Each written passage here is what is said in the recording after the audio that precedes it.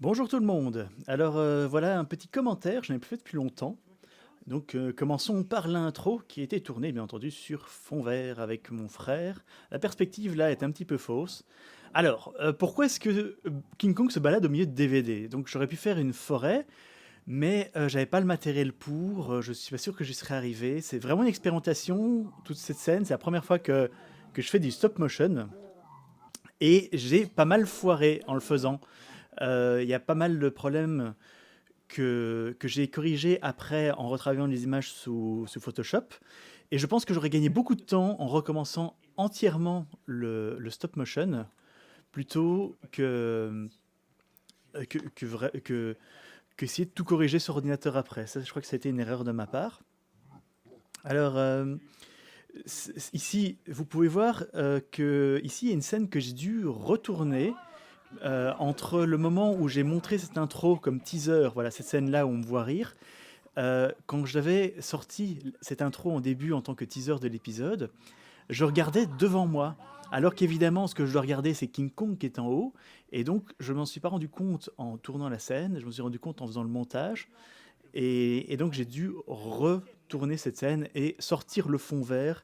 C'est vraiment, ça m'énerve, c'est vraiment pas pratique. Donc, j'aurais préféré éviter, mais bon, je l'ai refait quand même. Alors la voix de King Kong au début est faite par mon frère dans l'intro. C'est mon frère qui fait souvent les voix de personnages dans Terry Gilliam. C'était aussi lui qui faisait le clown. Parce qu'il est très bon pour ça. C'est une de ses grandes qualités, c'est faire des voix, des cris de monstres, etc. Il est très bon. Quand je revois cet épisode, je me rends compte qu'il y a vraiment des scènes et des dialogues en fait qui sont retravaillés par le montage. Parce qu'on dit souvent qu'on écrit une vidéo 3 fois. Alors il y a d'abord un premier jet, puis après on le réécrit, et après le montage est une réécriture. Oui, et en fait non, c'est ça. D'abord il y a l'écriture, puis après il y a quand on le tourne, on le réécrit, et quand on monte, on réécrit encore. Il y a même des sketchs, j'aime beaucoup ces transitions en chapitres. D'ailleurs le fait que les 3 films soient aussi proches les uns des autres, juste non déjà que ce King Kong pour la comédie musicale est impressionnante. J'en ai pas parlé parce que j'ai préféré me concentrer sur les 3 films dont je vais parler, mais la comédie musicale, l'animatronique du King Kong est incroyable. Donc voilà, je disais que j'ai vraiment pu découper cet épisode en mettant les films en parallèle, c'est que j'ai très apprécié et je ne peux pas faire ça avec tous les films, c'est ici parce que ici, les 3 suivent une trame très semblable. Et donc, ça m'a permis de vraiment reprendre les personnages, le monstre, etc., en les comparant à chaque fois, ce qui était quand même, je trouve, très cool. Ouais, donc vous pouvez remarquer que dans cet épisode, de temps en temps, je suis sous un plan de caméra différent. En général, on me voit de face, mais de temps en temps, je suis sur le côté et je dois me retourner. Or, en fait, il faut savoir que je n'ai qu'une seule caméra. Donc, quand je fais ça, en fait, je tourne toutes les scènes de face, puis après, je bouge la caméra et je tourne toutes les scènes de côté. Alors là, il y a encore un autre plan où je suis un petit peu différent. J'ai dû mettre la caméra comme ça pour juste ce plan. Euh, mais donc voilà, quand vous me voyez tourner la tête dans une autre direction pour viser une autre caméra, en fait, c'est un truc parce qu'il n'y a qu'une seule caméra. Je fais souvent attention aussi pour les face cam à la colorimétrie que j'utilise. Ici, en fait, je suis resté dans une colorimétrie relativement réaliste de la pièce. À part ça, oui, le fond que j'utilisais à l'époque dans mon ancien appartement est un peu dégueu. Il y a cette armoire qui est super mal foutue. Il y a la porte qui est juste à côté de moi. Mais voilà, ici, la colorimétrie dans celui-là, contrairement à l'épisode sur Terry Gilliam, a été beaucoup moins réfléchi. J'ai fait plus classique. Euh, oui, aussi, il faut savoir que donc dans cet épisode, quand j'écris les envers du raccord, je me retrouve avec de quoi faire, j'ai envie de dire, 1 heure d'émission. Et je coupe énormément. Je coupe tout le gras parce que je tiens à rester dans les 15-20 minutes. Déjà, d'ailleurs, ici, je dépasse les 20 minutes. Ça fait 22 minutes, si je me souviens bien. Euh, et ça, je tiens à rester dans ce format que je trouve beaucoup plus abordable et beaucoup plus digeste. Parce que quand je vois certains vidéastes qui font une critique d'un film où la critique dure aussi longtemps que le film, je vois pas tellement l'intérêt. Je trouve que c'est pas digeste pour le spectateur. Hum, oui, d'ailleurs, on peut remarquer que les trois films ont des formats, hein, des ratios totalement différents. Et ça, c'est pas très cool dans le montage. Le fait qu'on passe d'un ratio à l'autre, voilà, euh, les films de 76 et de 2005 sont un petit peu écrasés, c'est un format cinéma, alors que le film de 33 a un format en 4 tiers, comme tous les films à l'époque en fait. Et ça, dans le montage, c'est quelque chose qui, est qui marque un petit peu quand on passe d'un ratio à l'autre. Mais je préfère le laisser comme ça parce que je veux montrer les films tels qu'ils le sont. Sinon, je pourrais zoomer. Je pourrais zoomer sur le film de 33 et je pourrais zoomer sur les deux autres pour qu'ils soient tous au final en 16 neuvième comme toutes les vidéos du tout. Mais généralement, je le fais pas. Parfois, je le fais. Parfois, je le fais pour que la transition soit plus fluide, mais souvent, je ne le fais pas. Euh, on voyait des images de... On voit de temps en temps des images du making-of de Peter Jackson. C'est très sympa quand même, ces making-of de Peter Jackson qui me fournissent toutes les images dont j'ai besoin pour faire ma vidéo et parler en profondeur du film. Alors là, je me suis beaucoup posé de questions à ce niveau aussi, dans mon écriture, c'est comment les gens de 1933 voyaient King Kong. Parce que c'est un monstre, oui, mais 33, les mentalités étaient complètement différentes. Quoi. C'était une société où on réfléchissait beaucoup moins à la souffrance des animaux, où les gens étaient plus racistes, plus tout et n'importe quoi. Les mentalités étaient complètement différentes. Donc je me pose la question si la façon dont on voit le film aujourd'hui n'est pas biaisée, en fait. Parce que King Kong est un personnage de la culture populaire qui, au final, rentrait dans la légende. Et la légende, parfois, dépasse un petit peu ce que le personnage est vraiment dans son film. Ça, c'est quelque chose qui me fascine, dont j'essaie de parler de temps en temps. Je crois que j'en ai un petit peu parlé dans Frankenstein. Euh, mais voilà. Euh, oui, enfin, donc, moralité, c'est un monstre qui tue des gens sous nos yeux, mais pour lequel on a de l'empathie. Et ça, c'est quand même quelque chose qui est très bien rendu dans la plupart de ces films. Euh, c'est De manière générale, dans cette vidéo, je dis pas mal de mal du film de 76. Il faut le noter. Je crois que je vais encore revenir dessus. Euh, le film de 76, il faut savoir que c'est un plutôt bon film. Je trouve que c'est un film qui est assez moyen au vu du budget. Euh, mais il y a des choses intéressantes. Il y a des effets spéciaux, entre autres, dont je reviendrai dessus. Mais je trouve que les personnages sont encore plus clichés que le film de 33 où les personnages sont déjà clichés. Et c'est un plutôt bon film. Vraiment, je le critique en comparaison. Parce que les autres sont mieux. Et donc forcément, quand je les compare les trois, je vais dire lesquels sont les meilleurs. Selon moi, évidemment, c'est toujours un avis subjectif. Euh, oh là, mais, regardez c'est comment il regarde. Alors, il faut savoir que quand j'écris ce genre de scène où j'exagère mon personnage, j'essaye d'être drôle. Et pour être honnête, je ne sais pas si je suis drôle. Je pense que pas mal de gens le trouvent quand même, mais je ne peux pas dire moi-même, est-ce que je suis drôle? J'en sais rien. J'en sais rien, je l'espère. Disons que pour éviter le fait d'embêter les gens avec mon humour à la con, eh bien, quand j'écris un gag, je le fais à chaque fois très court. Parce que comme ça, si jamais c'est pas drôle, eh ben c'est pas grave. On passe à autre chose. Et donc, je fais jamais des sketchs très longs. Euh, alors, là, je sais plus ce que je veux dire parce que voilà, les personnages ici, les personnages masculins dans les King Kong, ils sont pas intéressants. Donc honnêtement, j'ai rien d'intéressant à dire sur eux. Alors, je vais parler de toute autre chose. Au moment où j'enregistre ce commentaire, je n'ai pas encore vu Kong Skull Island. Mais de toute façon, ça n'a pas vraiment d'importance. Il y a pas mal de gens qui m'ont demandé mon avis parce que j'ai fait cette vidéo. Mais ça n'a pas beaucoup d'importance parce que le personnage de Kong Skull Island, King Kong de Skull Island, n'est pas le King Kong de ces trois films. C'est un monstre de cinéma comme Godzilla. Et donc, ça n'a rien à voir avec le King Kong, parce que ici, ces trois King Kong-là, ce ne sont pas des films d'action ou des films d'horreur. Ce sont des drames avec un monstre.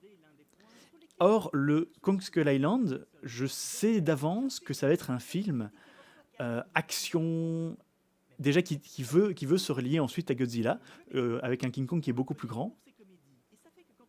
Et voilà, moralité, ça... ma critique, je vais essayer d'en faire une, mais elle n'a pas énormément d'intérêt par rapport à ma critique de ces trois King Kong, parce que ce serait comme les comparer... euh, ce serait comme les comparer au King Kong japonais qui n'a absolument rien à voir. Enfin, peu importe. Voilà. Là, voilà, ça c'est pas drôle. Cette blague-là, elle est pas drôle.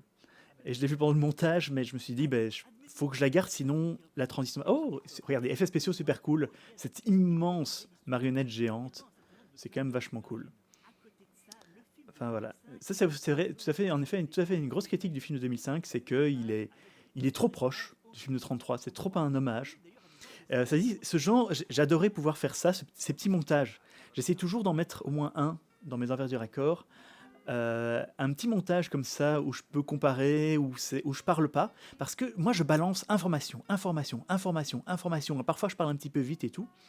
Et donc, avoir des moments où on respire, que ce soit en mettant un gag ou en mettant des petits montages comme ça permet aux spectateurs d'un petit peu respirer et avaler tout ce qui a été dit jusque-là. Ça, c'est quand je travaille au rythme de ma vidéo, je réfléchis beaucoup à ce genre de choses. Ça, c'est un clin d'œil que j'adore beaucoup aussi. Le singe rat qui est dans le film de King Kong 2005, c'est vachement cool. C'est un auto-hommage à Peter Jackson, il suce sa bite, bah, tant mieux pour lui. Problème à gauche, regardez, à gauche. Et c'est quand il y a la banderole qui tombe, l'image était déplacée, ce qui est bizarre parce que dans le montage c'était bon, mais quand j'ai exporté la vidéo, il y avait un problème, je ne sais pas pourquoi. Alors ça, c'était aussi intéressant de parler du fait qu'il y avait un film qui était prévu pour 1996. Bonjour Adolphe. Hein. Ça, c'est un gars qui me fait rire par contre. Oui, je serais curieux de voir ce qu'aurait donné ce film qu'ils avaient prévu de faire en 1996. Ça se trouve, il aurait été mieux. En tout cas, il aurait été plus original. Ça, c'est sûr. Par contre, les effets spéciaux auraient moins bien vieilli. Les images synthèses des années 90, elles sont quand même dégueu. À quelques rares exceptions près, les films, les images synthèses, les effets spéciaux des années 90, franchement, ils me sortent par les oreilles. D'ailleurs, je me demande ce qu'il fait maintenant, Peter Jackson. Je crois qu'il est vraiment en pause. Il a été vraiment frustré par le Hobbit. Je le comprends un peu. Et donc, je me demande un peu ce qu'il fait. Il a quelques projets. On attend toujours son Tintin. Voilà. Enfin bon, ça dit, c'est intéressant de comparer en effet en 1996 et en 2005. On a 10 ans de différence. Qu'est-ce qu'ils ont fait dans ces 10 ans? Et les effets spéciaux ont complètement changé en 10 ans. C'est quand même intéressant de constater ça. Andy Serkis, quel homme. Alors ça, la grande scène. La scène des gueux de King Kong. Je dois avouer que je ne sais toujours pas très bien pourquoi elle marche pas du tout. Je crois que c'est surtout une question d'ombre. Mais cette scène me laisse froid.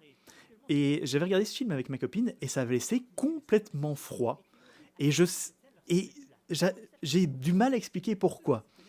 Et même les gens qui ne savent pas dire, qui ne réfléchissent pas aux effets spéciaux, cette scène les laisse froid alors que c'est censé être une des scènes les plus épiques du film, la scène des Diplodocus. Alors là, j'ai adoré Gorkab, il est génial. Il m'a fait mourir de rire. À chaque fois que je fais cette scène, je rigole.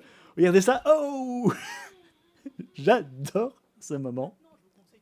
Il a été génial. Les scènes qu'il m'a envoyées étaient à mourir de rire et je suis très content de ce petit caméo qu'il m'a fait. Vraiment, c'est un des moments préférés de la vidéo.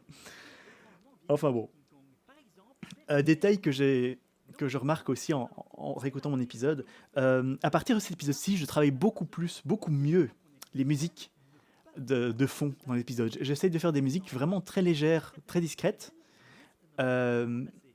mais je fais beaucoup plus attention à ce qui est une fluidité dans la musique de fond de mes vidéos.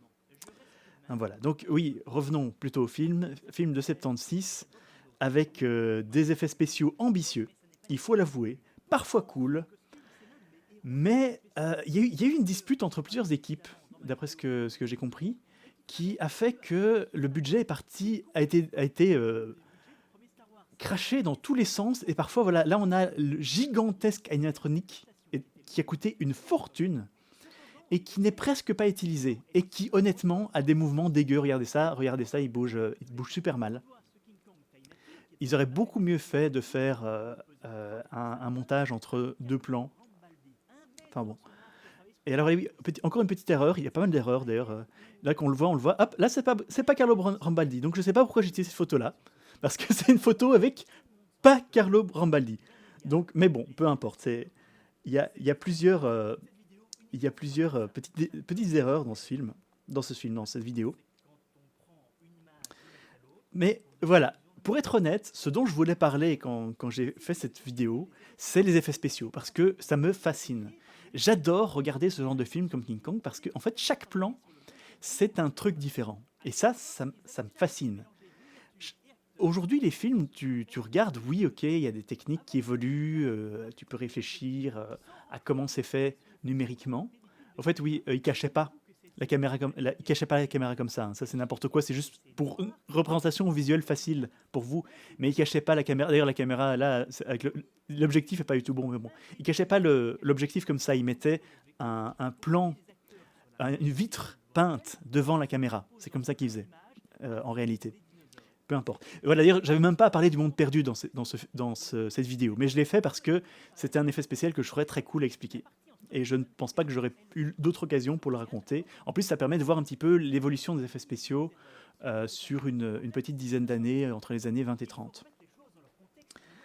Je sais plus du tout ce que je voulais dire maintenant. Oui, donc ces effets spéciaux sont super cool parce que c'est comme essayer de deviner un tour de magicien, de prestidigitateur. On essaie de se dire, mais comment il a fait? Et or, ces vieux films, c'est pareil. À chaque fois qu'on regarde une scène, on se dit, ok, mais comment ils ont fait? Et ça, je trouve ça génial. Je trouve ça vraiment fascinant. Et c'est cet amour des vieux effets spéciaux que j'essaye principalement de mettre dans cette vidéo. Et j'espère que je vous l'ai un petit peu transmise. Alors ça, c'est une des choses les plus difficiles que j'ai eu à faire dans les envers du raccord. C'est cette scène-là. Enfin, c'est plutôt celle d'après, mais où, quand j'ai dû découper une image pour montrer plusieurs plans de travail, là où il y avait là où il mettait le projecteur, là où il mettait le, là où il projetait le film, là où il mettait les acteurs, je trouve, j'ai dû donc prendre une image fixe et la retravailler sur Photoshop pour avoir trois images qui représentent les trois plans différents. Et là, ça a été très difficile pour cette scène-ci. J'ai dû vraiment j'ai dû vraiment voilà, prendre cette image et j'ai dû retravailler sur Photoshop pour qu'on ait l'impression qu'on voit les trois plans. Mais donc ça, c'est moi qui l'ai fait sur Photoshop. Et c'est pas super bien fait, j'ai tout fait ça dans Final Cut, qui n'est pas le programme le plus adapté. J'aurais mieux fait faire ça dans After Effects, mais c'est un programme que je maîtrise pas vraiment, After Effects. Par contre, il faut absolument que je raconte un truc, c'est que quand j'ai écrit cette explication de ces effets spéciaux-là, le miniature rear projection au début, je me suis complètement trompé de la façon dont ils l'ont fait. Je m'étais complètement trompé, mais complètement. Et donc, c'est après avoir écrit le truc que j'ai revérifié mes informations dans un de mes livres d'effets spéciaux. Et je m'en suis rendu compte, mais en fait, c'est pas du tout ce que j'avais écrit. Et je pense que même que j'avais déjà enregistré ma voix. Et donc, j'ai dû réécrire, réenregistrer ma voix. Heureusement, je n'ai pas eu à réenregistrer les scènes face cam parce que c'est beaucoup plus difficile.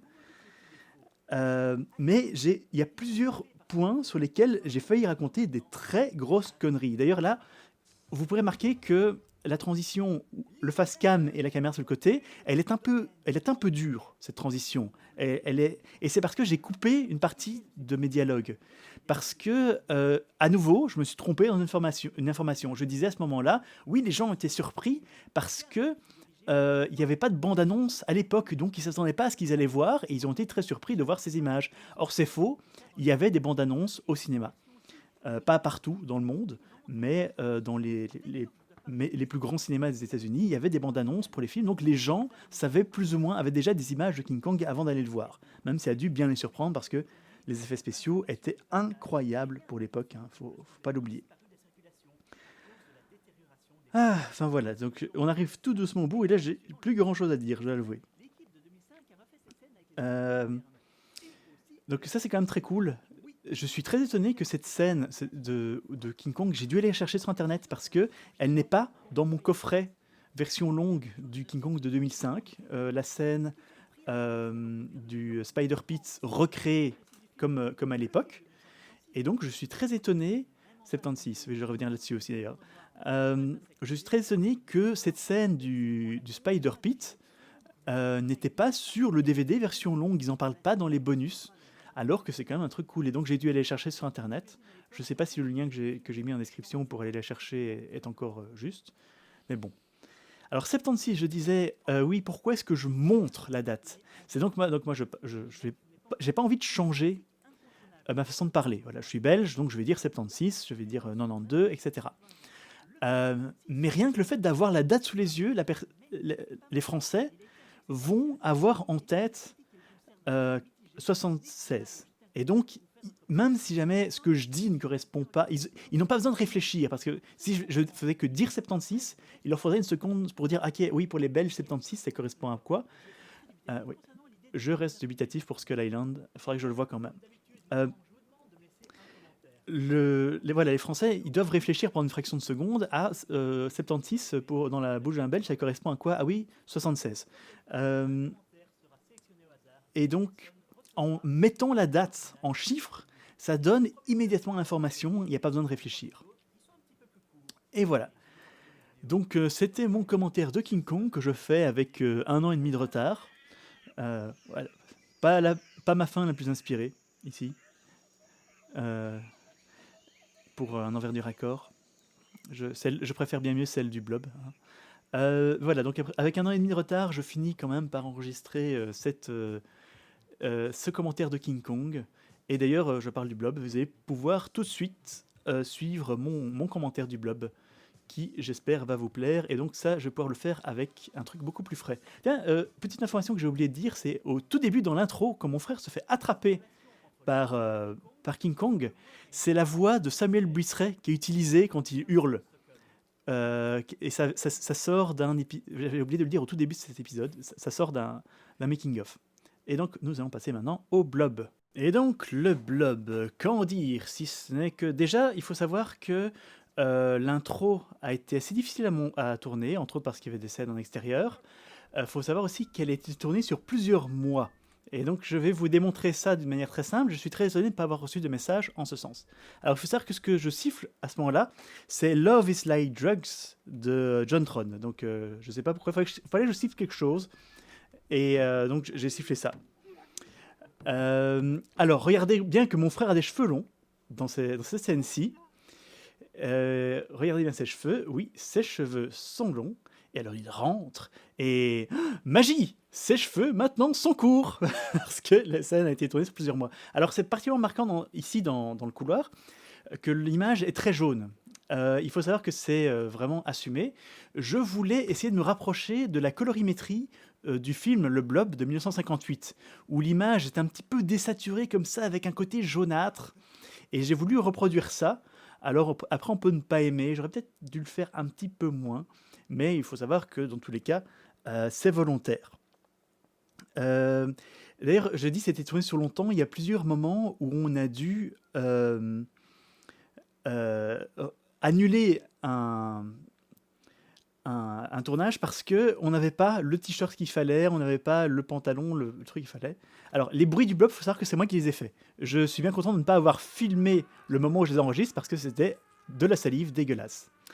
Alors, le blob, à la base, ça devait être une masse... Ah oui, avant de parler de ce blob en gélatine, les deux appartements, celui dans lequel je suis là et celui de mon frère, ce sont bien entendu les mêmes. C'est mon appartement. C'est le même appartement, mais filmé avec des légères variations dans le décor pour qu'on ait l'impression que c'est deux appartements du même immeuble. Alors ici, là, on a juste... Ça, c'est un bête effet Photoshop à la con. Vraiment, avec le chat que j'ai rajouté par rapport au truc d'avant. Alors pourquoi est-ce que le blob dans l'intro a l'air aussi cheap? Eh bien parce que tout simplement je savais que je pourrais pas faire un blob qui aurait la moindre once de crédibilité. Donc je me suis dit, tant qu'à ce qu'il soit ridicule, autant lui donner vraiment cet air de gélatine comestible, au moins ce sera rigolo. Alors je sais pas au final si c'est rigolo, mais c'est probablement plus intéressant que si jamais j'avais essayé de faire un blob sérieux qui n'aurait de toute façon pas marché. Alors cet épisode était beaucoup plus facile à écrire que King Kong, que Frankenstein, que d'autres, parce que voilà, j'ai 3 films dont je dois parler. En fait, 2 films et demi, parce qu'il y en a un sur lequel je passe très très vite. Et contrairement à d'autres épisodes, j'ai eu très peu de choses à couper. Entre ce que j'ai écrit et ce que j'ai gardé dans le montage final, il y a très peu qui a été coupé. Parce que toutes les informations que j'avais à dire, il n'y avait pas tant que ça, et donc en 16 minutes, je dis tout ce que j'avais à dire. Euh, et donc, voilà, je pense que c'était un bon sujet. À la base, je voulais en faire un ovni du cinéma, et puis je me suis dit, si je parlais de l'ancien, et au fond, je parle de l'ancien, je parle du nouveau, il faudrait que je parle de remake entre les deux, c'est un envers du raccord, donc je ne vais pas en faire un ovni. Et voilà, donc pour finir, c'est devenu un envers du raccord. Alors, le réalisateur, il faut savoir que je n'ai absolument pas trouvé de photo de lui, donc je ne sais même pas à quoi il ressemble. Irving S. Ewers Jr. Euh, et, et donc, je n'ai pas pu montrer de photo de lui, j'ai un petit peu ignoré le truc, j'ai fait semblant de rien, j'en parle simplement. Ça me fait rire ce genre de vieille propagande. Alors, Jack H. Harris, que l'on voit actuellement, il est mort il y a très peu de temps. Il est mort entre la sortie de cet épisode et ce commentaire. D'ailleurs, quelqu'un a fait la blague en me disant que c'était mon épisode qui l'ait tué, ce qui n'est pas drôle du tout. Alors, Steve McQueen, notre ami Steve, c'est quand même marrant de le voir dans un de ses films, dans ce film. Super cheap. Alors voilà, ça je ne l'ai pas abordé parce que je ne savais pas très bien où le mettre. Mais évidemment, Steve McQueen, il a genre 27 ans quand il a tourné et il est censé avoir 17 ans. Alors, c'était souvent comme ça à l'époque et mine de rien, ça l'est encore aujourd'hui. Il n'a pas vraiment une tête d'adolescent dans ce film. Donc, je n'ai pas dit dans la vidéo. C'est pas bien grave. Alors, Steve McQueen, évidemment, je dis qu'il n'a pas trop profité du succès du Blob, même si évidemment ça a quand même un peu lancé sa carrière. Et je dis qu'il n'a pas profité financièrement, mais il est mort relativement jeune dans un accident de voiture. C'est pour ça que je dis qu'il a dû ronger son frein. Je ne sais pas si c'est une blague drôle ou si c'est déplacé de ma part. Mais bon, peu importe. Alors je dois quand même dire que quand j'écris un envers du raccord, le sujet est généralement un prétexte pour aborder divers sujets du cinéma de genre que je trouve intéressants. Par exemple, ici, je parle de série A et série B. Pourquoi est-ce qu'on utilise ces termes-là? Et le Blob était une bonne occasion d'en parler. Mais voilà, comme je dis, le Blob est un prétexte pour parler d'effets spéciaux, pour parler de termes précis. D'ailleurs, depuis King Kong, j'utilise ces petites anecdotes sur le côté où on voit cette espèce de bobine de cinéma qui sort, où je dis les mots qui sont pour moi importants. Et si vous voulez en savoir plus, je mets ces mots à l'écran pour que vous puissiez rechercher. Vous saviez pas de quoi je parlais? Eh ben, il fallait que j'en parle. Alors notez cette scène. Notez cette scène où le blob remonte, parce qu'il devait y avoir un truc juste après. Que pendant le montage, je me suis rendu compte que je déconnais. À nouveau, une fois, je me suis trompé en écrivant le truc. Et donc, pendant le montage, j'ai dû réécrire une partie de la vidéo, ou plutôt, j'ai dû déplacer la scène d'explication de comment on tournait une scène à l'envers en mettant la caméra à l'envers. Je reviendrai dessus le moment venu. Alors ça, voilà, à nouveau, le blob est un prétexte pour parler de clichés du cinéma de genre, que je trouve intéressant. Quand est-ce que c'est arrivé? Parce que oui, dans les années 50, les personnages principaux étaient des adultes bien pensants, acceptés par la populace. Et au fur et à mesure, années 60, 70, 80, on est arrivé à des protagonistes de plus en plus souvent jeunes, souvent des adolescents. Et je pense que le blob a grandement aidé à mettre ça en place. Et alors ça, c'est le genre d'information pour laquelle je n'ai pas de preuves. Parce qu'il n'y a, y a pas de A plus B égale blob. C'est juste, je déduis, d'après ce que je vois, que le blob a vraiment aidé à mettre les jeunes au cœur du film d'horreur, des films d'horreur, de manière générale. Et donc, il y a plusieurs clichés comme ça qui, pour moi, viennent de ce film qui a eu quand même beaucoup de succès aux États-Unis, même si chez nous, voilà, il faut reconnaître, il est pas très connu. Faut savoir aussi que le film de 58 et le film de 72 Je ne les avais pas vus avant de faire cette chronique. Comme je disais, à la base, je voulais faire un envers du raccord, un ovni du cinéma sur le film de 88. Ouh, c'était mal fait ça, cet effet-là. Euh, et ça, c'est pas bien fait non plus, mais bon, c'est pas grave, le film est bien quand même. Euh, il faut savoir que donc, je voulais faire un ovni cinéma sur le film de 88, et je me suis dit, voilà, ce serait intéressant de parler des films avant, et je les ai découverts en faisant cette chronique. Ce ne sont pas des films que je connais depuis longtemps, ce ne sont pas des films pour lesquels je suis passionné, et le film de 72, je crois que je ne le reverrai pas, ou alors éventuellement pour une soirée nanar. Encore qu'il n'est pas top pour une soirée nanar, ça c'est le genre de film c'est très difficile euh, d'expliquer pourquoi il est mauvais dans ce genre de vidéo. Parce qu'il faudrait vraiment que je vous montre des scènes entières, il faudrait que je vous montre 5 minutes de film. Et vous allez me dire, mais c'est chiant. Et je ne peux pas vous mettre 5 minutes de film dans une vidéo qui dure 15 minutes. Et donc, c'est très difficile d'expliquer pourquoi c'est mauvais. Parce que limite, les images que je montre le donnent plutôt bien pour un film de 72. Euh, mais il y a ces scènes qui sont mal éclairées, qui sont longues, qui sont lentes, où on comprend pas ce que les gens disent, le son est nul, l'image est nulle, les dialogues sont improvisés. Et c'est difficile à vous montrer. Donc je ne suis pas resté longtemps sur ce film parce que j'aurais pas pu le critiquer correctement. Donc je vous demande juste de me croire, il est nul. Larry Hagman, oui, qui était un ami de Jack Harris, en fait. Ça, je ne l'ai pas dit, mais c'était un ami de Jack Harris, et il lui a dit, ok, eh ben, ton film, je vais te le réaliser. Et il l'a fait. Et il l'a mal fait. Enfin bon. Alors, oui, ensuite, il y a la scène des chatons. L'intro avec les chatons, j'ai pas compris. Je comprends pas. Il y a cette intro qui fait miam miam miam miam blablabla. Je comprends pas. La musique est dégueulasse. T'as des miaou. Alors heureusement que je me suis rendu compte qu'il y avait cette scène où la patte est passée à l'envers parce que ça m'a permis de reprendre l'explication comment on tournait une scène à l'envers qui devait à la base être pour le film de 58, mais après quand je l'ai revu en faisant le montage, je me suis dit mais en fait la scène n'est pas passée à l'envers. Elle est passée, enfin en fait si elle est passée de la tête en bas. La scène avec le blob qui remonte la branche dans le film 58 qu'on voyait plus tôt, la scène est passée la tête en bas, simplement, avec le blob qui glisse en coulant, et puis elle a été accélérée. Mais donc, ça n'est pas ce que j'explique là. Donc, heureusement que j'ai pu trouver une scène dans le film de 72 pour réutiliser ce montage, parce que c'est la première chose que j'ai fait en montant ces vidéos. Je commence toujours par les trucs les plus difficiles à faire, et comme cette petite explication avec les bobines qui bougent et tout, c'était le plus difficile, j'ai commencé par ça. Et c'est quand j'ai voulu l'intégrer, je me suis dit, mais non, mais en fait, c'est pas juste. Et donc, heureusement, j'ai trouvé quand même un autre endroit pour le mettre, même si je trouve que ça casse un petit peu le rythme de ma vidéo, parce que j'avais mis cette scène aussi pour un petit peu ralentir le rythme, pour qu'on puisse un minimum souffler, même si ce sont des informations.